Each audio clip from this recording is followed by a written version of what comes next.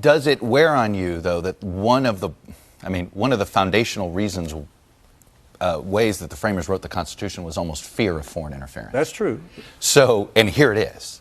Well, if you hooked up with Ukraine to wage war on the United States, as the first senator from Tennessee did, you could be expelled. But this wasn't that. This was the kind of, what the president should have done was, if he was upset about Joe Biden and his son and what they were doing in Ukraine, he should have called the Attorney General and told him that, and let the Attorney General handle it the way they always handle cases that involve public figures. And why do you think he didn't do that? Maybe he didn't know to do it.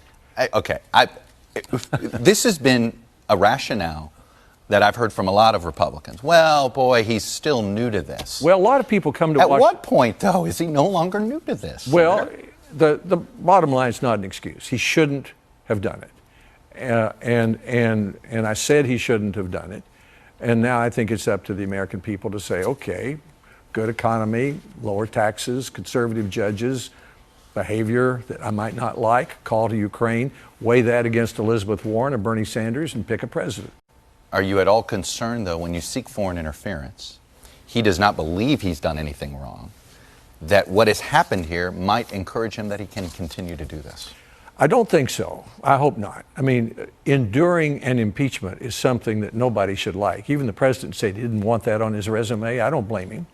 So if a call like that gets you an impeachment, I would think you would think twice before he did it again. What example in the life of Donald Trump has he been chastened? I haven't studied his life that close, but he like most people who survive to make it to the presidency, he's sure of himself. But hopefully he'll look at this and say, okay, that was a mistake. I shouldn't have done that. Shouldn't have done it that way. And he'll focus on the strengths of his administration, which are considerable. This is another supposed moderate Republican, Lamar Alexander, admitting outright that the framers were explicitly fearful of foreign interference in the election, saying, quote, "That's true," on the heels of his vote against allowing witnesses to testify in Trump's impeachment trial. And yet, apparently, even his acceptance of the fact that Trump's actions were not only illegal, but were a principal concern of the framers, still wasn't enough to get him to actually dare to hold Trump accountable. Lamar Alexander was one of a handful of moderates whom Democrats had hoped would vote in favor of witnesses. Again, this isn't Democrats appealing to these people to vote to convict the president, it's simply about allowing witnesses in a trial. The same exact standard that we've seen in every single one of the 15 impeachment trials that the Senate has overseen. The same exact standard that has seen new witnesses appear in the Senate who didn't appear in the House in every single one of those trials, with the number of new witnesses as high as 51. Even Bill Clinton's impeachment trial, run, of course, by Republicans, saw 3 new witnesses testify in the Senate who did not testify in the House. Then again, Clinton's impeachment was for the grave national security threatening sin of lying about an extramarital affair, whereas this trial is, just an international extortion scheme to interfere in the next American election and subsequent large-scale cover-up involving nearly every single administration official occupying the highest ranks of the federal government. So, yeah, no biggie. Alexander goes on to explain that if Trump had hooked up with Ukraine to wage war on the United States, then he could have been expelled. That's how far the goalposts have been moved. It's not enough to use $391 million of American taxpayer money as a bribe for dirt on a political opponent in the next election. Now, as far as Republican senators are concerned, you need to commit outright treason and wage war against this country before the GOP would even consider holding someone in their own party accountable for their crimes. This might be a good time to remind you that the Republican Party frequently invokes the word patriot to describe themselves. Lamar Alexander then says that if Trump had an issue with the Bidens, he should have gone to the DOJ to look into it. Now, he's absolutely right, but what I'm not understanding is that clearly the senator knows, by virtue of him explaining it to us, that Trump broke the law. And so instead of showing up on a cable talk show, why not actually uphold the law instead of pontificating about it?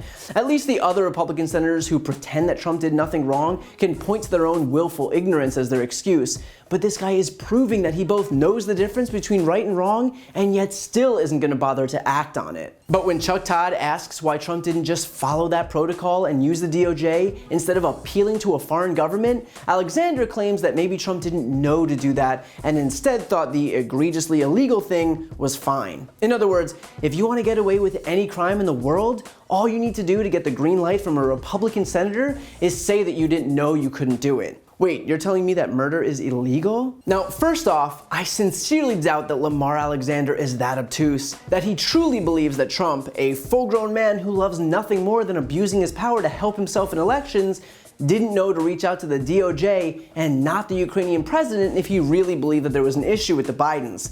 But more importantly, even if Alexander does believe what he's saying, then that is a humiliatingly low bar that Republicans set for their colleagues.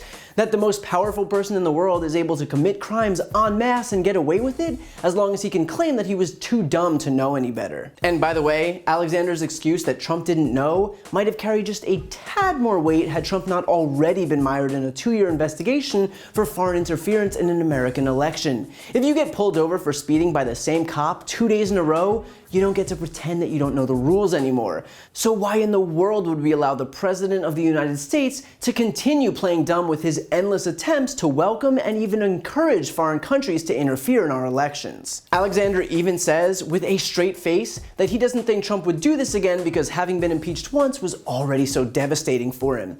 I should probably remind you that Trump's July 25th call to Ukrainian President Zelensky came one day after Mueller testified about the Trump campaign's last effort to coordinate with Russia as they interfered in our election. He didn't even wait 24 hours after the end of a 2-year investigation. The guy even asked China to open an investigation into Biden while he was already being impeached for asking Ukraine to do the very same thing. So to claim that Trump will somehow be too ashamed to break the law again is inherently flawed because it suggests that the guy is capable of shame in the first place. He's not. All he knows is how to commit crimes on an endless, constant loop. But ultimately, Alexander's rationale here is that it should be up to the American people to decide if Trump's behavior was actually disqualifying, meaning that we should just wait until the election as opposed to allowing the Senate to remove him. But A, Trump is cheating in this election. If this election is rigged, then why would the plan be to defer to this election? And B, having an election in 9 months isn't grounds to get away with a crime. The Constitution doesn't give you carte blanche to do illegal stuff as long as it's close enough to voting. It could be 9 days until the election. When you commit a crime, you should be held accountable. Period. Here's the thing. Lamar Alexander knows that his arguments are BS. The rest of the GOP knows that their arguments are BS. But this was never about presenting a legitimate defense. It was always about defending the guy at the top of their ticket at all costs. And the fact that they can admit that his behavior was against the law, that his behavior was the realization of the framers' greatest fears, and yet still absolve him, shows that when it's between the United States Constitution and Donald Trump, we know exactly where their priorities lie.